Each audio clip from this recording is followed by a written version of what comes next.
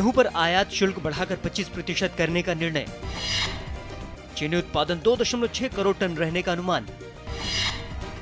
दलहन उत्पादन में बढ़ोतरी होने की संभावना। त्योहारी मौसम में कम रहेंगे तेल के दाम, बढ़ेंगे चीनी और मेवे के दाम।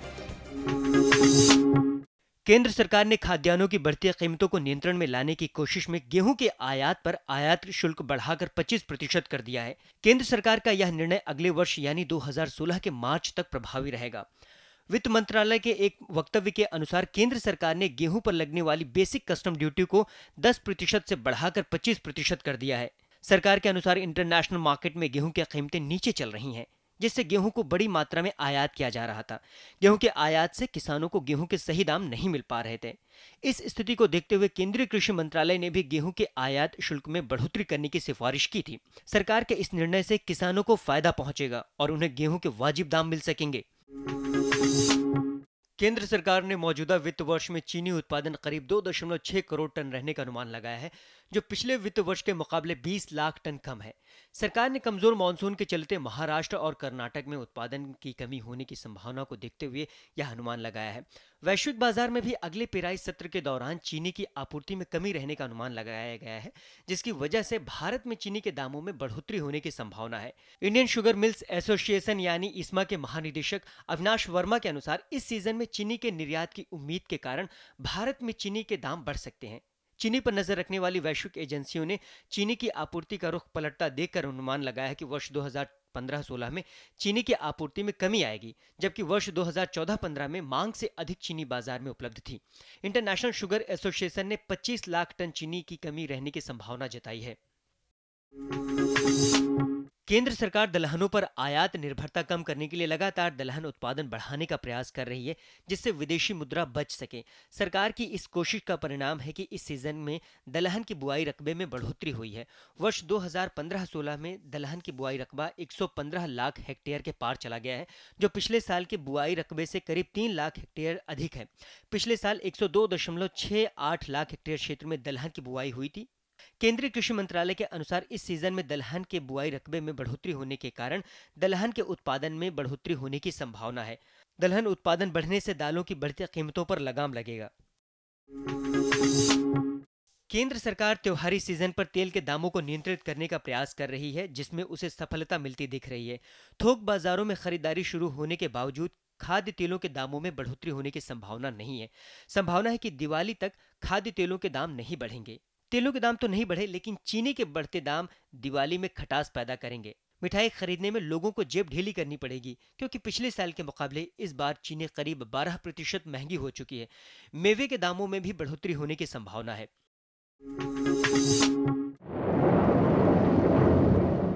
मौसम विज्ञान विभाग के अनुसार अगले 24 घंटों में अनुमान है कि जम्मू कश्मीर, हिमाचल प्रदेश व उत्तराखंड की ऊंची पहाड़ियों पर बादल छाए रहेंगे व कुछ भागों में हल्की बारिश होने का अनुमान है। सिक्किम व उसके आसपास के इलाकों में गरज के साथ तेज बरसात होने का अनुमान है। देश के निचले तटवर्ती इलाके जैसे कर्नाटका, आंध्र प्रदेश व तमिलनाडु के अधिकांश भागों में हल्की बारिश का अनुमान है। पंजाब, हरियाणा व उत्तर प्रदेश के ज्यादातर हिस्सों में मौसम साफ रहेगा।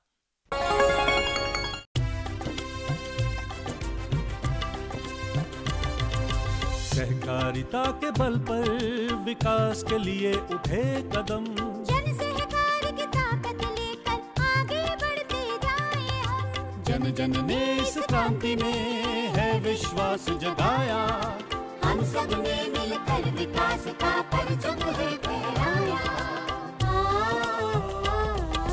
दूर जहां सूरज उगता उस धरती से मैदानों तक, हिम शिखरों के श्वेत बर्फ से हिंद महासागर तक।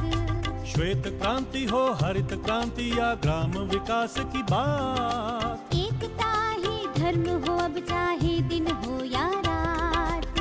हिंदू, मुस्लिम, सिख, ईसाई सबने कदम बढ़ाया, हम सब ने मिलकर जब ये अभियान चलाया।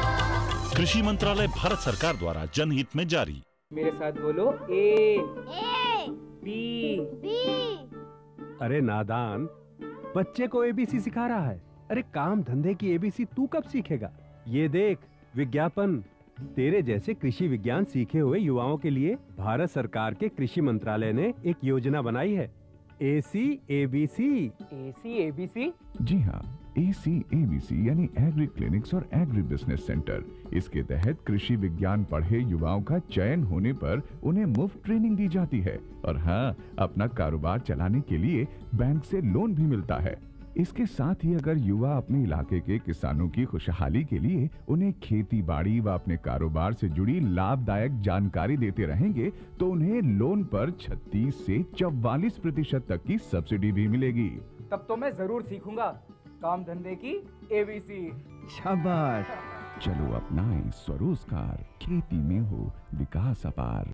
खुशबू की फुहार में, स्वाद की बहार में, तरक्की की तानों में, खिलती मुस्कानों में, हरे भरे पौधों में, बड़े बड़े सौदों में, मधुर भिनभिनाहट में, खुशियों की आहट में।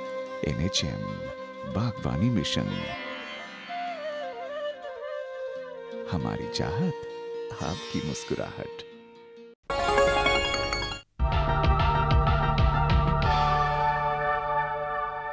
किसान बहनों भाइयों, इस कार्यक्रम के माध्यम से हम आप तक कृषि से जुड़ी अनेकों जानकारी पहुंचाने का प्रयास करते हैं और जब आप कार्यक्रम देख रहे होते हैं उस समय आपके जहन में बहुत सारी जिज्ञासाएं और सवाल आते होंगे, लेकिन आप उस समय संवाद नहीं कर सकते हैं, अपनी बात हमारे तक नहीं पहुंचा सकते हैं। लेकिन पत्रों और ईमेल के माध्यम से आप इन सवालों को हमें भेज सकते हैं और इनका समाधान हम शुक्रवार के दिन आपकी चिट्ठी आपके मेल कार्यक्रम में लेकर आते हैं। आपके इन्हीं सभी सवालों का जवाब देने के लिए आज हमारे साथ हैं आपके सही परिचित, जो कि किसी भी परिचय के मोहताज नहीं हैं, आपसे बहुत बार मिलते रहे हैं, भारतीय कृषि अनुसंधान संस्थान पूसा में प्रधान वैज्ञानिक डॉक्टर राम आसरे जी। किसान भाइयों बहनों नमस्कार। डॉक्टर साहब, हमारे एक दर्शक हैं राम प्रकाश जी, जो कि ग्राम तालगांव जनपद कन्नौज के रहने वाले हैं और ये लिखते हैं कि इन्होंने आलू की फसल लगाई है। शायद इन्होंने अगेता आलू लगाया है। ये लिख रहे हैं कि 30 दिन की फसल हो गई है, पत्तों पर सफ़ेद मक्खी लग रही है, इसको नियंत्रित करने का उपाय बताएं। जैसा कि इन्होंने बताया, इनकी 30 दिन की आलू की फसल हो गई, इसमें सफ़ेद मक्खी काफ़ी नुकसान पहुंचा रही है। निश्चित तौर पर सफ़ेद मक्खी बड़ी सूक्ष्म आकार की होती है और ये पत्तों पर बैठती है और पत्तों से रस चूसती है और रस चूसने के साथ साथ उस पर ये कहीं न कहीं सिक्रीशन, उस पर कुछ अपवाद भी छोड़ती है, सिक्रीटा, उसको इससे काली काली पत्तियां हो जाती हैं और पौधे जो है बौने होने लगते हैं और जो बढ़वार उनमें आनी चाहिए होती है और इसके अलावा इसमें जो है विषाणु जनित बीमारियां भी लग जाती हैं। तो यहाँ पे ये जो मौसम है इस वक्त काफ़ी कुछ हल्का सा गर्म है, उससे भी इसकी सक्रियता काफ़ी इस समय बढ़ी हुई है और आलू में खासकर ये काफ़ी नुकसान पहुँचा रही है, जो जिसमें कि अभी जम के तैयार हुआ कोमल पत्तियाँ हैं। तो इसको अगर आपको नियंत्रित करना है तो इसके लिए आप कोई भी एक कीटनाशक ले लें। इसमें खासकर मैं नाम लेना चाहूँगा, क्लोरपायरिफास नाम का एक तरल कीटनाशक आता है, इसको भी आप ले सकते हैं। इसकी 800 मिलीलीटर मात्रा तकरीबन 1 हेक्टेयर में छिड़काव के लिए पर्याप्त होती है। अगर क्लोरपायरिफास नहीं है तो आप ट्राइजोफास नाम की भी दवा ले सकते हैं और इसका जो सांद्रण होता है, इसकी क्षमता होती 30 EC की ट्राइजोफास ले सकते हैं और तकरीबन इसकी भी 1 लीटर मात्रा को आप पानी में घोल करके प्रति हेक्टेयर के हिसाब से आप छिड़काव करें, जिससे कि आपकी जो चिट्टी मक्खी है या सफ़ेद मक्खी है इस पर आप नियंत्रण हासिल कर सकेंगे। और अगर ये मक्खी आपको पुनः दिखाई पड़े तो 15 दिन बाद इन दवाइयों को पुनः आप दोहरा सकते हैं छिड़काव करते समय। हाँ, छिड़काव करते समय आप सावधानी बरतें कि उसमें काफ़ी हवा का बहाव बहुत शांत हो और जो है ये शांत हवा का माहौल आपका शाम के वक्त ही होता है या अर्ली मॉर्निंग होता है, उस वक्त ही आप छिड़काव करें तो निश्चित तौर पर ये जो आपकी सफ़ेद मक्खी से आलू की फसल में आपका नुकसान हो रहा है उससे आप बचा पाएंगे अपनी फसल को। हमारे ज़्यादातर किसान आज खेती को व्यवसाय के रूप में ले रहे हैं। डॉक्टर साहब, जो फसलें कई ऐसी हैं जिनमें पानी कम चाहिए, कुछ ऐसी फसलें हैं जिनको ज़्यादा पानी चाहिए, कुछ ऐसी फसलें हैं जिनकी मांग बाज़ार में ज़्यादा होती है। उन सब बातों को ध्यान में रखते हुए हमारे किसान भाई अपने फसल चक्र में विभिन्न प्रकार की फसलें शामिल करते हैं। हमारे एक दर्शक हैं खंडवा, इंदौर, मध्य प्रदेश से, ये लिख रहे हैं कि हम परंपरागत अलग जो खेती करते रहे हैं अन्य फसलों की, उनके साथ साथ केले की खेती करना चाहते हैं। इसके बारे में विस्तार से बताएं और ये जानना चाहते हैं कि केले की उन्नत किस्में कौन कौन सी हैं और उन किस्मों को ये कहाँ से प्राप्त करें। खंडवा से हमारे एक किसान भाई ने लिखा हुआ है कि ये खेती करना चाहते हैं केले की, और इसके लिए कौन सी उन्नत प्रजातियां हैं और ये जो इनका बीज है खासकर केले का या प्रजातियां हैं, इनको कहां से प्राप्त कर सकते हैं। निश्चित तौर पर आजकल विविधीकरण का ज़माना है, आप किसी एक फसल पे ही निर्भर नहीं रह सकते क्योंकि खेती जो है जोखिम से भरा हुआ व्यवसाय है। अगर इसमें आप विविधीकरण को एक स्थान देखते हैं तो आप कहीं न कहीं जोखिम को कम कर पाते हैं और आपकी जेब में कहीं न कहीं किसी एक फसल से पैसा तो आएगा ही, इससे जोखिम कम हो जाता है। तो निश्चित तौर पर अगर केला की फसल खंडवा के आसपास इन सज्जन लोग जो करना चाहते हैं हमारे किसान भाई, निश्चित तौर पर ये जो है क्षेत्र केले की फसल के लिए काफ़ी जाना जाता है और यहाँ पर केले की फसल बहुत ही अच्छी हो सकती है, बशर्ते कि कुछ बातों पर आप ध्यान दें। जो आपकी ज़मीन हो वो बीमार ज़मीन नहीं हो। बीमार ज़मीन जब हम कहते हैं कि आपकी मिट्टी बीमार ना हो, उस समय उसका जो पीएच मान है, उसकी पीएच मान आपकी 7 के आसपास हो। अगर ये पीएच मान बढ़ के 8 के आसपास पहुंच जाता है, निश्चित पर ये ज़मीन आपकी क्षारी होगी। और अगर ये पीएच मान बहुत नीचे आ जाता है, 5 के आसपास आ जाते हैं, तब भी ये ज़मीन अम्लीय हो जाती है। तो ये दोनों दशाओं में केले की खेती आप नहीं कर सकते हैं। इसके अलावा जो पानी का आप बर्ताव करेंगे केले की सिंचाई के लिए, वो भी मीठा होना चाहिए, वो खारा पानी नहीं होना चाहिए। तो इन सब बातों पर आप ध्यान दें। पहले तो आप अपने खेत की मिट्टी की जाँच कराएँ, पानी की व्यवस्था क्या है, पानी का जो है स्वभाव क्या है, मीठा पानी है, खारा पानी है, इन सब का जांच करवा लें। इसके बाद आप केले की खेती शुरू करने से पहले आप ये सुनिश्चित कर लें कि आपकी जो प्रजातियां आपके क्षेत्र के लिए हैं वो कौन कौन सी हैं। इसमें मैं नाम लेना चाहूँगा ड्वार्फ वसराई, श्रीमानती और आपका जो ग्रांड नैने है। ये 3 प्रजातियाँ बहुत ही काफ़ी अच्छी जो है चलती हैं आपके जो भुसावल है या खंडवा का क्षेत्र है। श्रीमानती एक नई प्रजाति है जो अभी अभी इस क्षेत्र में अपने पैर पसार रही है। तो इन प्रजातियों में से किसी एक का आप चुनाव कर लें और आप भाग्यशाली हैं, आपके खंडवा और इंदौर दोनों जगह पे कृषि महाविद्यालय हैं। यहाँ के जो है उद्यान संभाग से आप इन केले की प्रजातियों को आसानी से हासिल कर सकते हैं। इस तरीके से, और मैं यहाँ पे ये भी कहूँगा, अगर केले में आप ड्रिप सिंचाई की व्यवस्था जो टपक सिंचाई है उसका समावेश कर पाएँ तो निश्चित पर ये सोने में सुहागा होगा। आपकी केले की खेती में पानी जो लगता है उसमें कहीं न कहीं बचाव कर पाएंगे। और जो अगर आप बहाव विधि से अगर सिंचाई करते हैं, फ्लड इरिगेशन, उसमें में आपके नाइट्रोजन या फास्फोरस इन सब का भी ह्रास होता है। तो अगर आप ड्रिप सिंचाई के माध्यम से इसमें सिंचाई करेंगे और फर्टिगेशन इसी ड्रिप के माध्यम से केले की फसल को जो उर्वरक हैं उनको भी देंगे तो आपका समय की भी बचत होगी, आपकी पानी की बचत होगी, उर्वरक की बचत होगी। और ख़ासकर जब हम खुली विधि से पानी देते हैं क्यारी में तो उस समय खरपतवार बहुत आते हैं, कीड़े और बीमारियां भी बहुत आती हैं, उनका भी जो है आशंका कम हो जाती है अगर आप टपक सिंचाई विधि का केले की खेती में आप प्रयोग करेंगे। तो इन सारी बताई गई बातों पर अगर आप अमल करेंगे, उचित जल और मिट्टी, इसके अलावा जो बताई हुई प्रजातियाँ हैं, सिंचाई की जो टपक सिंचाई व्यवस्था, इनका समावेश करते हुए अच्छी केले की खेती आप कर सकते हैं खंडवा के क्षेत्र में। एक और सवाल डॉक्टर साहब हमें ईमेल के माध्यम से प्राप्त हुआ है। भाई मोहनलाल शर्मा जी करनाल हरियाणा से लिख रहे हैं।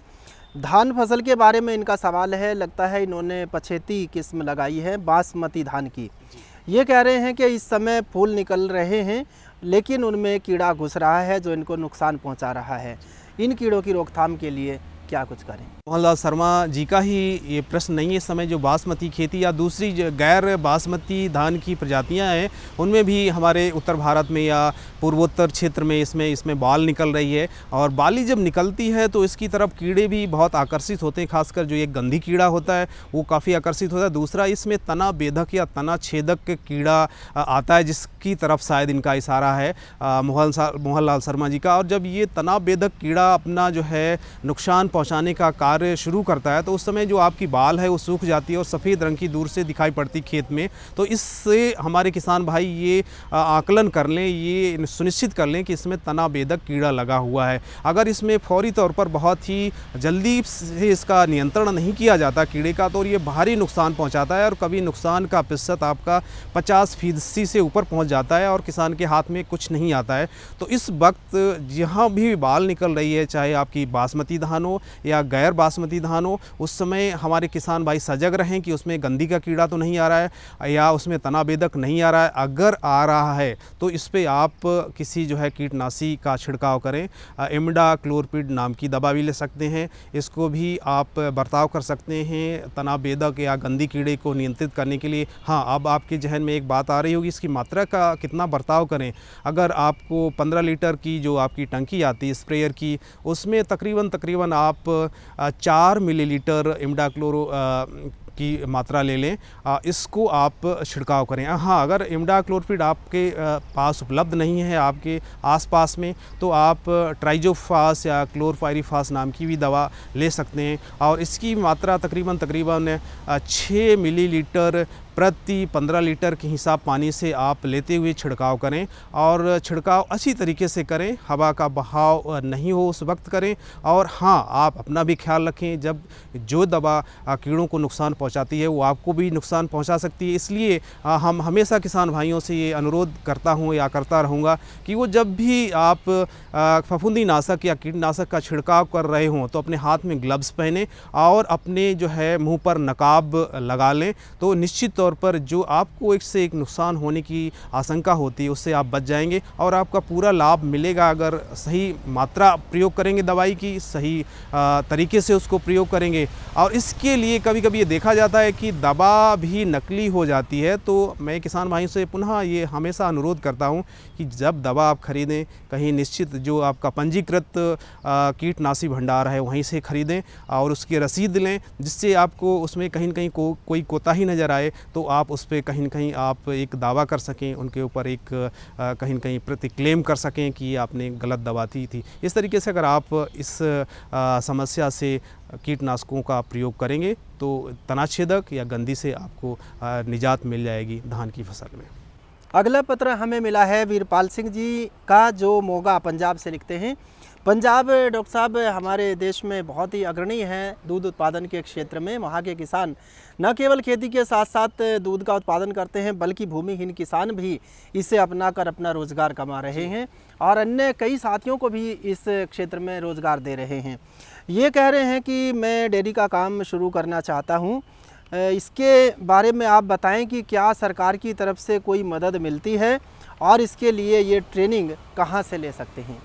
मैं आपसे कहना चाहूँगा, सरकार कृत संकल्प हैं, चाहे वो हमारी राज्य सरकारें हों चाहे केंद्र की सरकार हो, डेयरी व्यवसाय या पशुपालन खाली दुग्ध व्यवसाय को बढ़ाने के लिए, क्योंकि डेयरी या पशुपालन व्यवसाय ऐसा व्यवसाय है कि जिससे कम समय में हमारे भूमिहीन किसान भी कहीं न कहीं से बड़ा फ़ायदा उठा सकते हैं। और इससे दोहरा ये फ़ायदा होता है कि दूध उत्पादन के साथ साथ जो हमारे पंजाब की खेती में खासकर जो जीवांश की मात्रा है, जिसे कहते हैं गोबर की खाद की मात्रा बहुत कम होती जा रही है, उससे ज़मीन कहीं न कहीं बीमार होती जा रही है, उर्वरा शक्ति दिनों दिन क्षीण होती जा रही है, उसको भी बल मिलेगा अगर डेयरी व्यवसाय करेंगे यहाँ के कृषक गण। अगर आपको डेयरी व्यवसाय शुरू करना है तो इसके लिए सरकार जो आपकी माली हालत के हिसाब से, अगर आप भूमिहीन किसान हैं तो उनको जो है जो इमदाद का दायरा है वो 60% तक जाता है। अगर आप के पास ज़मीन 2 हेक्टेयर से लेकर 3 हेक्टेयर तक है तो आपका ये जो यहाँ पे इमदाद मिलने का दायरा या प्रतिशत कम हो जाता है, जो सब्सिडी मिलती है, जो आप किसानों को आर्थिक सहायता दी जाती है राज्य सरकार के द्वारा। तो आप यहाँ अपने क्षेत्र के जो खंड विकास अधिकारी हैं, जिसे कहते हैं ब्लॉक डेवलपमेंट ऑफिसर, इनसे संपर्क कर सकते हैं। उनके पास क्या कुछ योजनाएं होती हैं डेयरी व्यवसाय को खड़ा करने के लिए किसानों को, उसके बारे में आपको बहुत ही स्पष्ट जानकारी हासिल हो जाएगी। जब ये जानकारी आपके पास हासिल हो जाती है तो आप रुख करेंगे प्रशिक्षण हासिल करने के लिए। आप बहुत सौभाग्यशाली हैं, आपके बड़े ही निकट में करनाल में राष्ट्रीय डेयरी अनुसंधान संस्थान है, NDRI national dairy research institute Karnal में स्थित है। ये एशिया का नामी ग्रामी जो है डेयरी व्यवसाय को आगे बढ़ाने के लिए यहाँ पे सारे कुछ अनुसंधान और शिक्षा का प्रबंध है। यहाँ से हासिल कर सकते हैं आप प्रशिक्षण। और यहाँ का जो कृषि विज्ञान केंद्र है, यहाँ की जो NDRI से जुड़ा है, राष्ट्रीय डेयरी अनुसंधान संस्थान से, ये किसानों को समय समय पर विभिन्न पहलुओं पर प्रशिक्षण हासिल कराता रहता है। और ये प्रशिक्षण बहुत ही या यूँ कहेंगे किसानों से कोई इसके लिए पैसा नहीं लिया जा सकता है, रुकने की व्यवस्था होती है और ट्रेनिंग की अवधि होती है 15 दिन से लेके आपकी 25 दिन तक। तो आप इससे संपर्क कर सकते हैं NDRI करनाल के जो निदेशक महोदय हैं और इनके साथ ट्रेनिंग के लिए तालमेल बैठा सकते हैं अपनी समय की उपलब्धता के अनुसार। इस तरीके से आप अपने डेयरी व्यवसाय को आगे बढ़ा सकते हैं। हमें उम्मीद है कि जिन दर्शकों ने हमें अपने सवाल भेजे थे उन्हें उनका समाधान मिल गया होगा। साथ ही कुछ ऐसे दर्शक भी हैं जो इन्हीं विषयों पर जानकारी लेना चाहते थे, उन्हें भी इसका ज़रूर लाभ मिलेगा। आप हमें पत्र लिखते रहिए, कार्यक्रम देखते रहिए। जब आपके पत्र आते हैं हमें बहुत खुशी होती है, ईमेल मिलता है बहुत खुशी होती है और उसका समाधान हम ढूंढते हैं। डॉक्टर राम आश्रय जी ने इतने सरल शब्दों में हमारे दर्शकों की समस्याओं का समाधान किया, इसके लिए बहुत बहुत धन्यवाद। ये लो और बताओ। बस। अरे ये क्या भैया जी, बस इतनी सी रासायनिक खाद? किसानी छोड़ रहे हो क्या? किसानी नहीं, नादानी छोड़ रहे हैं। मिट्टी की जांच कराई है। अब तो लाला जी जितनी जरूरत है उतने ही उर्वरक खेत में डालेंगे। हाँ, किसान भाई आज ही अपने जिले की नजदीकी भूमि परीक्षण प्रयोगशाला में मिट्टी की जांच जरूर करवाएं और मिट्टी में पोषक तत्व, नमी व पौधे के विकास को देखते हुए केवल जरूरत के अनुसार ही पोषक तत्व डालें। और हाँ, मिट्टी में गंधक, जस्ता, बोरोन जैसे सूक्ष्म पोषक तत्वों का पता लगाना भी न भूलें।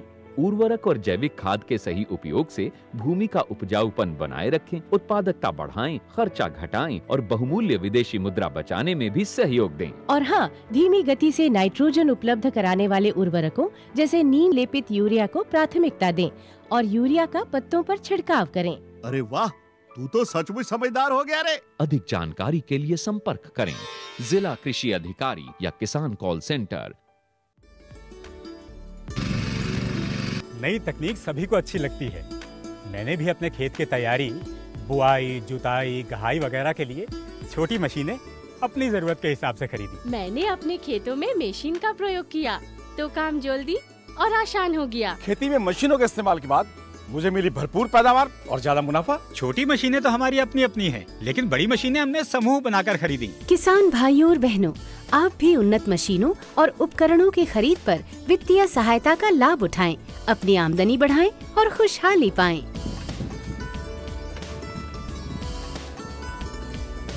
हो गया।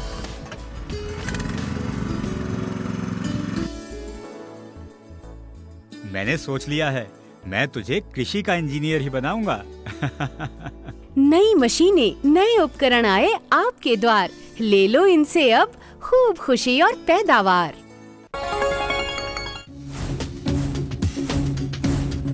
जुड़िए हमारे साथ ट्विटर पर twitter.com/कृषिदर्शन-dd, फेसबुक पर facebook.com/कृषिदर्शन-dd और देखिए कृषि दर्शन अब YouTube पर भी youtube.com/user/कृषिदर्शन-dd। भेजे हमें मेल कृषिदर्शन-dd@gmail.com पर। आपको हमारा कार्यक्रम कृषि दर्शन कैसा लगा? अपने सुझाव, प्रतिक्रियाएं एवं सवाल हमें इस पते पर भेजें। कृषि दर्शन, कमरा नंबर 10, CPC दूरदर्शन, खेलगांव, नई दिल्ली 110049।